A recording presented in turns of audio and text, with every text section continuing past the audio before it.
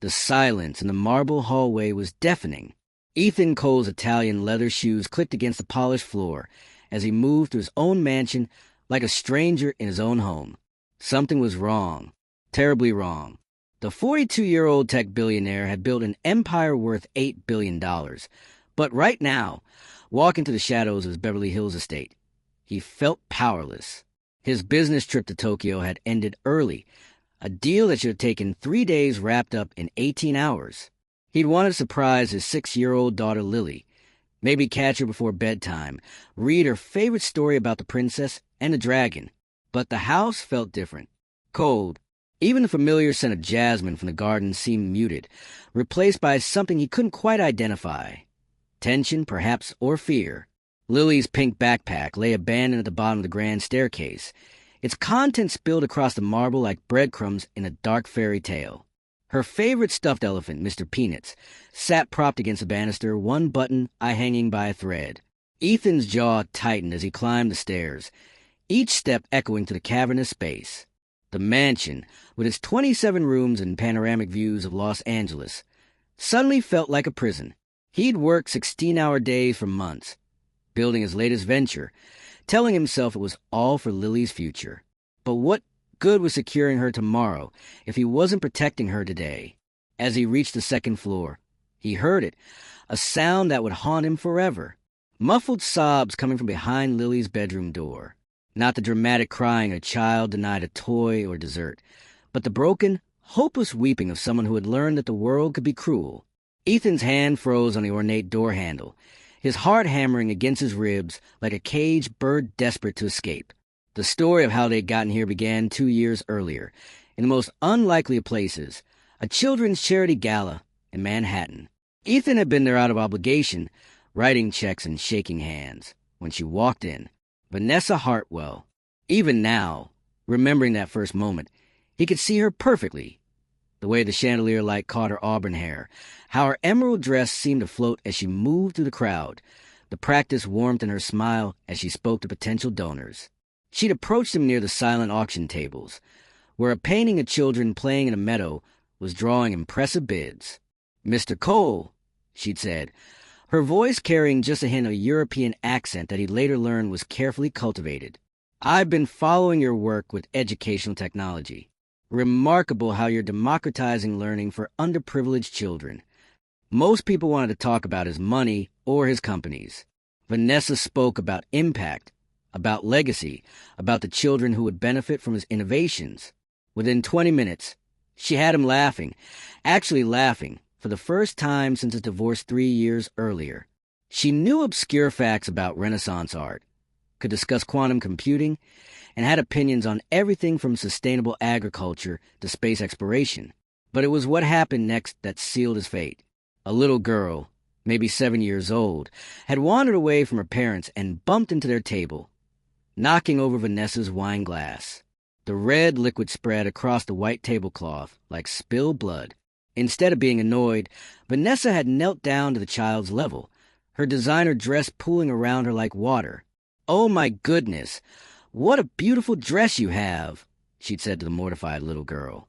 "And you know what? Now we match. Both of us have red on our outfits." She gestured to the wine stain on her own dress, making the child giggle. "Should we go find some napkins together and make this our little secret?" Watching her with that child, Ethan had felt something shift inside his chest, a warmth he'd forgotten existed. Here was a woman who could command a room full of billionaires and politicians, yet she chose to comfort a scared little girl. When she'd returned, dismissing the incident with a laugh, he'd already made his decision. This was the woman he wanted Lily to know. This was the woman who could help him build not just a fortune, but a family. Their courtship had been a masterpiece of orchestrated romance. Vanessa seemed to understand instinctively what he needed. Not another gold digger impressed by his wealth, but an intellectual equal who challenged him, supported him, and most importantly, adored his daughter. She'd arrive at their Malibu beach house with art supplies for Lily, knowing somehow that the little girl preferred painting to dolls. She'd suggest family movie nights instead of expensive restaurant dates, curling up on a couch with Lily between them, making popcorn and building blanket forts. The media had eaten it up, of course. Tech mogul finds love again, declared Forbes. The billionaire bachelor's perfect match, gushed Vanity Fair. Photos of them at gallery openings, charity events, and quiet family dinners painted the picture of a modern fairy tale. Vanessa photographed beautifully, elegant, refined, always perfectly dressed but never overdone. She knew how to deflect intrusive questions about their relationship with Grace, how to make Lily laugh for the cameras without exploiting her, how to stand beside Ethan at business functions without overshadowing him. Even his most trusted advisors had been charmed. His longtime housekeeper, Maria, who'd been suspicious of every woman who'd shown interest in Ethan since his divorce, had pulled him aside after Vanessa's third visit. "She's different, Mr. Cole," Maria had said in her gentle Spanish accent. "She asked about Lily's day before she asked about yours. She remembers that Lily doesn't like mushrooms in her pasta. She's kind." The engagement had been inevitable, really. After 18 months of courtship, Ethan had proposed during a private dinner in their garden, with Lily hiding behind a rose bush to surprise them with homemade congratulations cards. Vanessa had cried, perfect, delicate tears that didn't smudge her makeup, and Lily had rushed out to hug them both, declaring she was going to be the best flower girl ever. But houses have a way of keeping secrets, and even the most carefully constructed facades can crack when no one is watching. It started small, as these things always do. Maria mentioned that Vanessa seemed stressed when Ethan was away on business, snapping at the gardener over flower arrangements, critiquing the way the cleaning staff folded towels. "She's just nervous about the wedding," Ethan had rationalized. "It's a lot of pressure, planning something this big." The nanny, Mrs. Chun, began staying later, offering to help with Lily's bedtime routine even when Vanessa was home. "Miss Hartwell seems tired lately," she'd explained diplomatically. "Wedding planning is exhausting work." But Ethan had noticed how Lily always seemed quieter after spending alone time with Vanessa, how she'd started asking when Daddy was coming home more frequently, how she'd begun having nightmares about monsters in her closet. The business trip to Tokyo had been unavoidable, a merger worth $200 million that required his personal attention. He'd promised Lily he'd bring her back a kimono for her doll collection, promised Vanessa he'd be home in time for the final cake tasting. The deal had gone better than expected. His negotiation team had secured terms that exceeded their most optimistic projections. He'd been feeling victorious, generous, ready to celebrate with his soon-to-be family.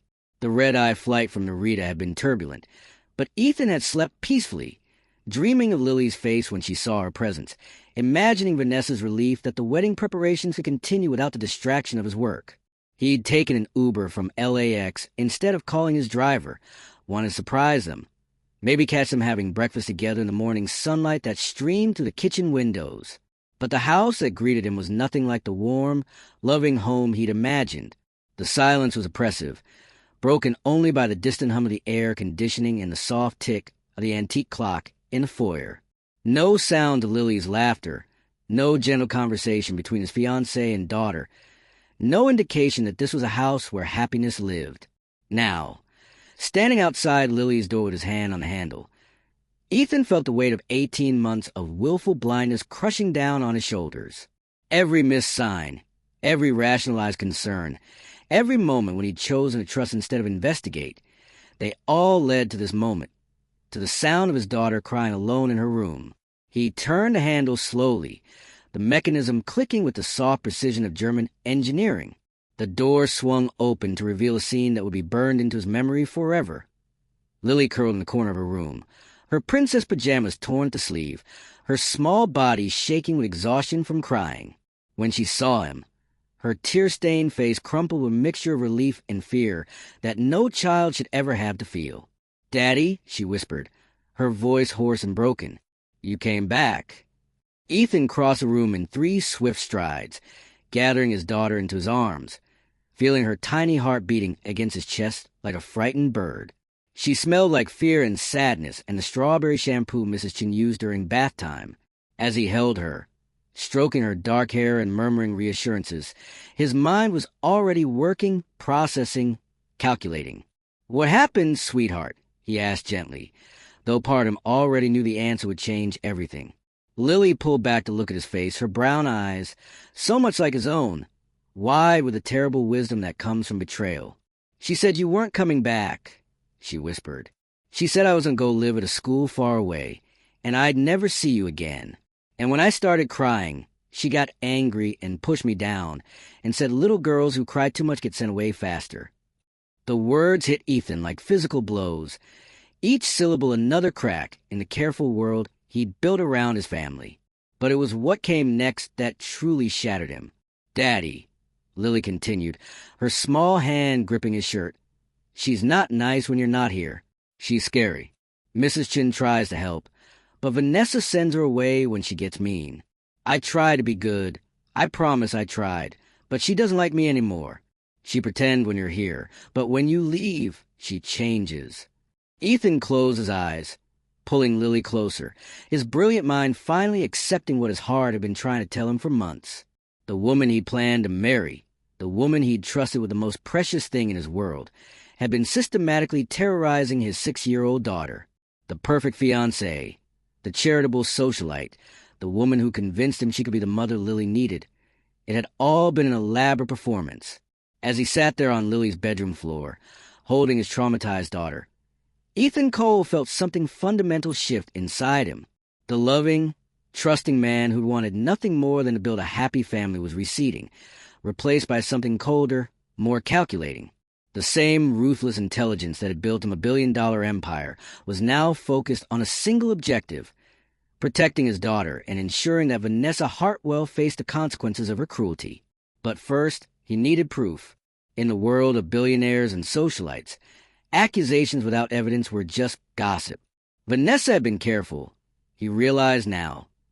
Careful enough to ensure that her abuse left no visible marks, no witnesses except for a traumatized child and household staff who depended on their jobs for survival.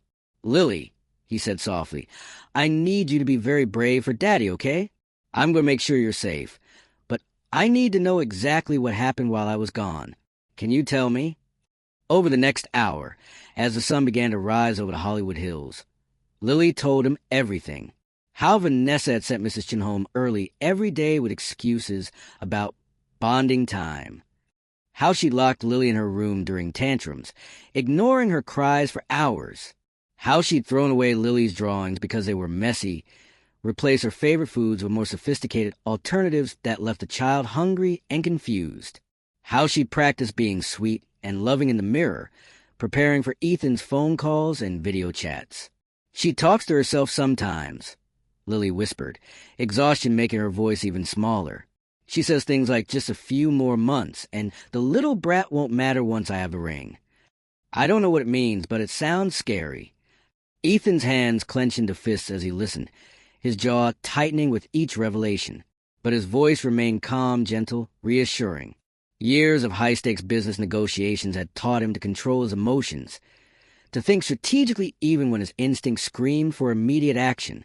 You did nothing wrong, sweetheart, he told Lily firmly. Nothing that happened is your fault. Vanessa is the one who made bad choices, and Daddy's going to make sure she can never hurt you again. As Lily finally fell asleep in his arms, exhausted by her confession, Ethan's mind was already working through the possibilities. Vanessa was at a spa retreat in Napa Valley, preparing for their engagement party schedule for the following weekend. She thought she had 3 more days to cover her tracks, 3 more days to prepare for the performance of her life. She had no idea that the performance was about to end. Ethan spent the next 48 hours methodically building his case. He spoke quietly with Mrs. Chun, who broke down in tears as she confirmed Lily's story and revealed details even more disturbing than he'd imagined. The nanny had photographs on her phone, pictures she'd taken surreptitiously, documenting bruises on Lily's arms, the child's fearful expressions, toys broken in Vanessa's fits of rage. I wanted to tell you, Mr. Cole, Mrs. Chin wept, but she threatened to have me fired, to make sure I never worked with children again. She said no one would believe a nanny over a woman like her. I thought if I just protected Lily as much as I could, maybe... You did protect her, Ethan assured the older woman. You did everything you could. Now help me make sure this never happens to any child again. Maria, the housekeeper, had her own stories. How Vanessa would fly into rages over trivial things when Ethan wasn't home. throwing expensive vases and cursing in languages she didn't recognize. How she'd found Lily's favorite stuffed animals in the trash multiple times, carefully cleaning them and returning them to the child's room. How Vanessa had started making lists of boarding schools, claiming she wanted to give Lily the best education possible, but focusing only on institutions in Switzerland and England, as far from Los Angeles as she could send a 6-year-old. The security footage was the final piece of evidence. Ethan's estate had cameras in every common area, though he'd never needed to review them before. Now, sitting in his home office at 3 a.m, he watched 18 months of careful deception unravel in high-definition clarity.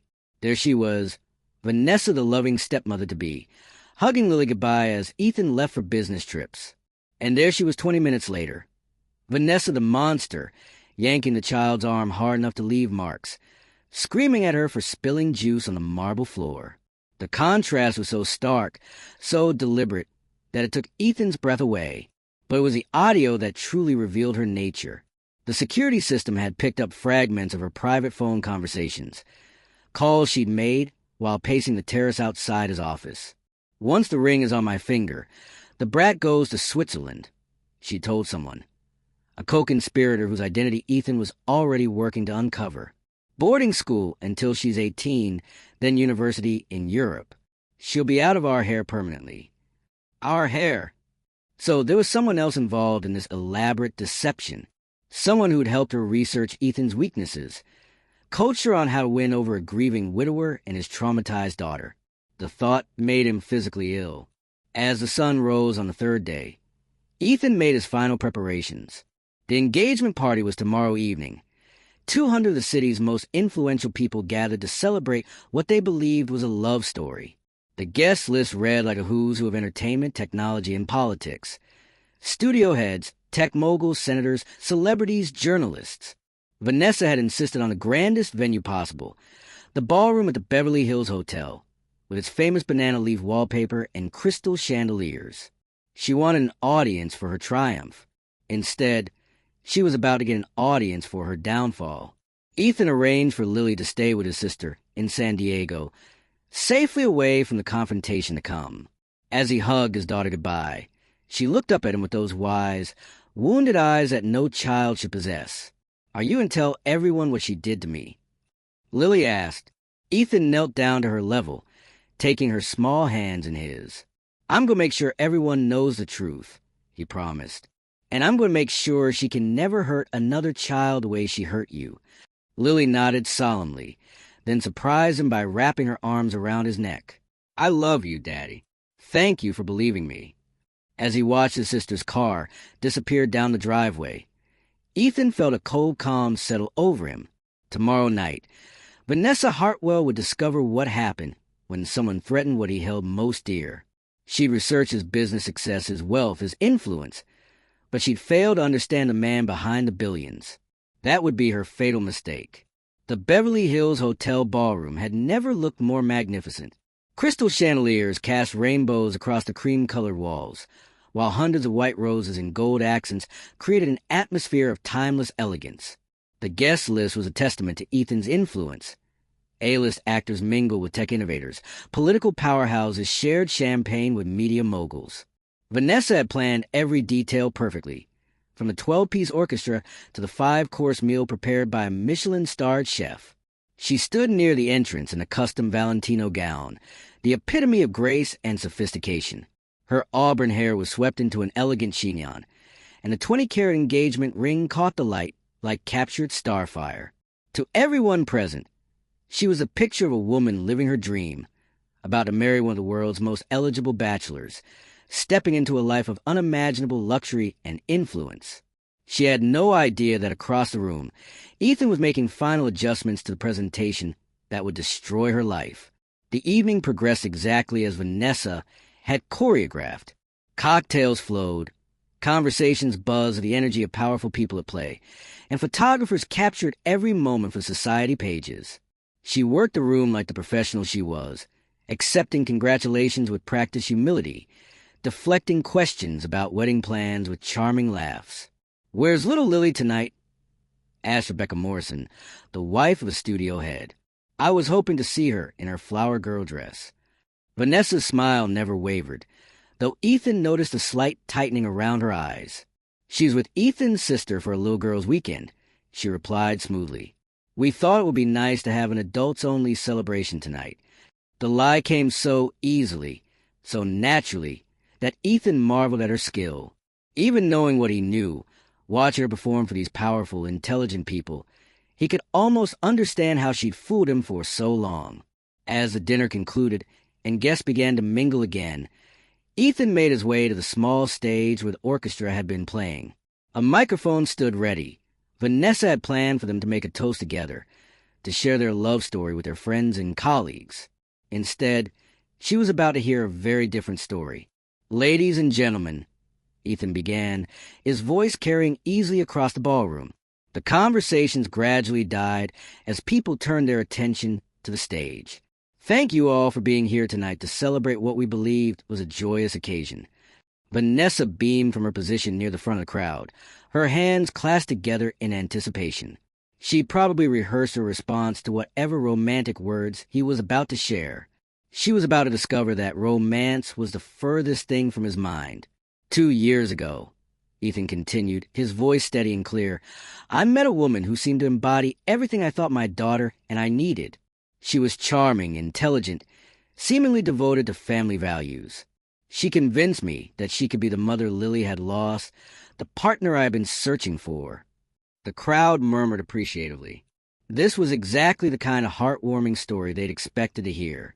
But as many of you know from your own experiences in business and life, sometimes the most beautiful facades hide the ugliest truths.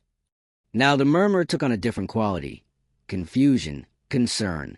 Vanessa's smile flickered for just a moment before she reinforced it. Clearly uncertain where this was heading, but still hoping to maintain control.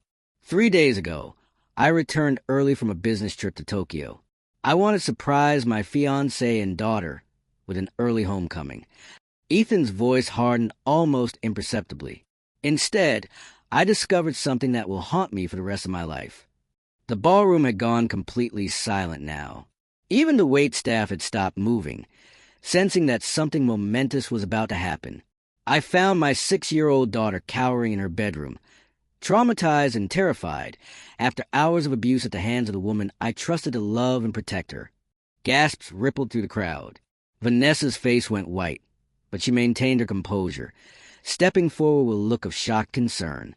Ethan, darling, what are you talking about? There must be some misunderstanding. There's no misunderstanding, Ethan cut her off, his voice sharp as a blade. There's only the truth, which I'm about to share with everyone here. Behind him, a massive screen descended from the ceiling. The same screen Vanessa had planned to use for a slideshow of their relationship highlights. Instead, it flickered to life with security footage from Ethan's home. The first clip showed Vanessa hugging Lily goodbye as Ethan left for his Tokyo trip, her performance of loving stepmotherhood flawless to the cameras she knew were recording. The timestamp showed the date and time clearly. The second clip, taken just 20 minutes later, showed the same woman yanking Lily so hard the child stumbled, then screaming at her with a fury that transformed her beautiful features into something monstrous. The ballroom erupted in shocked exclamations, but Ethan wasn't finished. More clips followed.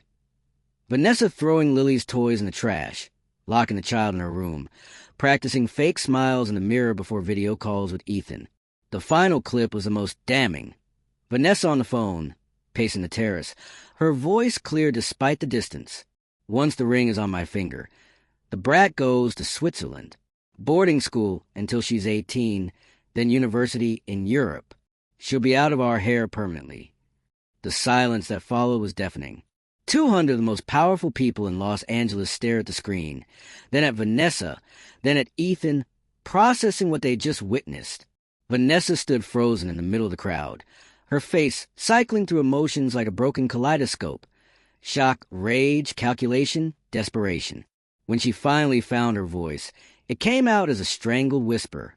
This is doctored footage. Ethan is having some kind of breakdown. I would never hurt a child. I love Lily like my own daughter. But her protests fell on deaf ears. The evidence was too clear, too comprehensive, Too devastating. And Ethan wasn't finished. What you just saw represents 18 months of systematic psychological abuse of a 6-year-old child, he said, his voice cutting through her denials. 18 months of manipulation, cruelty, and premeditated deception. Ms. Hartwell researched my family, my tragedy, my vulnerabilities, and she weaponized them against an innocent child. He gestured to the security personnel he'd stationed around the room. Not the usual hotel staff, but his own team, men and women trained to handle situations exactly like this. Vanessa Hartwell, you are no longer welcome in my home, my life, or anywhere near my daughter. Security will escort you from the premises immediately. Any attempt to contact me, my family, or my staff will be considered harassment and dealt with accordingly. The security team moved with quiet efficiency, surrounding Vanessa as the crowd parted like the Red Sea. She looked around desperately, searching for an ally, a friendly face, anyone who might intervene on her behalf. She found none. The same people who had admired her grace and sophistication moments before now looked at her with disgust and revulsion. In a city built on image and reputation, she had become untouchable in the span of 5 minutes. "You can't do this to me," she finally screamed, her mask completely shattered now. "Do you know who I am? Do you know what I've sacrificed for this relationship?" "I know exactly who you are," Ethan replied, his voice deadly calm. "You're a predator who targeted a grieving man and his traumatized daughter. You're a woman who saw a 6-year-old child as an obstacle to be removed rather than a person to be loved. And now, you're someone who will face the consequences of those choices." As security began to escort her toward the exit, Vanessa's composure finally cracked completely. She struggled against their grip, her voice rising to a shriek that echoed off the ballroom's elegant walls. "This isn't over. Ethan, you think you can humiliate me like this? I'll destroy you. I'll tell everyone about your secrets, your weaknesses. You're nothing without your money." But her threats sounded hollow, desperate. Everyone in the room could see her for what she truly was now. Not a sophisticated socialite, but a woman whose greed and cruelty had been exposed under the brightest possible spotlight. As the ballroom doors closed behind her, leaving her to face the paparazzi waiting outside, Ethan stood alone on the stage. The silence stretched for long moments before some in the crowd began to applaud. Slow, deliberate claps that gradually spread through the room until the entire ballroom was thundering with approval. These were people who understood power, who recognized strength when they saw it. They had just witnessed a masterclass in justice served cold, calculated, and complete. But Ethan felt no satisfaction in the applause, no triumph in Vanessa's downfall. All he could think about was his daughter, safe in San Diego, beginning the long process of healing from trauma that should never have touched her young life. The aftermath was swift and merciless. By morning, the story had exploded across every media platform imaginable: social media, entertainment news, financial press, international outlets. The security footage, leaked by sources unknown, went viral within hours. Hashtag Vanessa Exposed trended worldwide as people shared their outrage and support for Ethan and Lily. Investigative journalists, smelling blood in the water, began digging into Vanessa's past. What they uncovered was a pattern of deception that spanned continents and decades. Born Vanessa Kowalski in a working-class Chicago neighborhood, she spent years reinventing herself, acquiring fake credentials, fabricated social connections, and a completely fictional backstory. The charity work she claimed as her passion? Non-existent. The European boarding school education? A lie. The family wealth that had supposedly made her Ethan's social equal? Borrowed money and carefully maintained credit that was already beginning to crumble under scrutiny. Even worse, investigators discovered she wasn't working alone. The co-conspirator from the phone recordings turned out to be Marcus Webb, a failed actor turned professional manipulator who specialized in coaching women to seduce and marry wealthy men. Together, they had spent months studying Ethan's psychological profile, identifying his vulnerabilities, and crafting the perfect persona to exploit them. Webb was arrested 3 days later trying to board a flight to Buenos Aires with $2 million in cryptocurrency and a fake passport. Under questioning, he revealed the full scope of their operation, a sophisticated con game that had targeted at least 6 other wealthy men over the past 5 years. Vanessa herself had vanished immediately after the engagement party. Her Beverly Hills apartment cleared out, her social media accounts deleted, her phone disconnected. But in the age of digital footprints and global surveillance, disappearing completely was nearly impossible for someone who had lived so publicly. She was found 2 weeks later in a budget motel outside of Phoenix, her glamorous wardrobe replaced by discount store clothes, her perfect hair dyed black and roughly cut.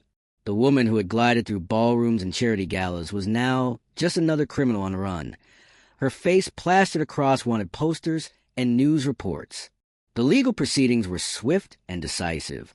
Facing charges of child abuse, fraud, identity theft, and conspiracy, Vanessa's court-appointed attorney advised her to accept a plea bargain. She was sentenced to 5 years in prison, followed by 10 years of probation and a lifetime ban from working with children in any capacity.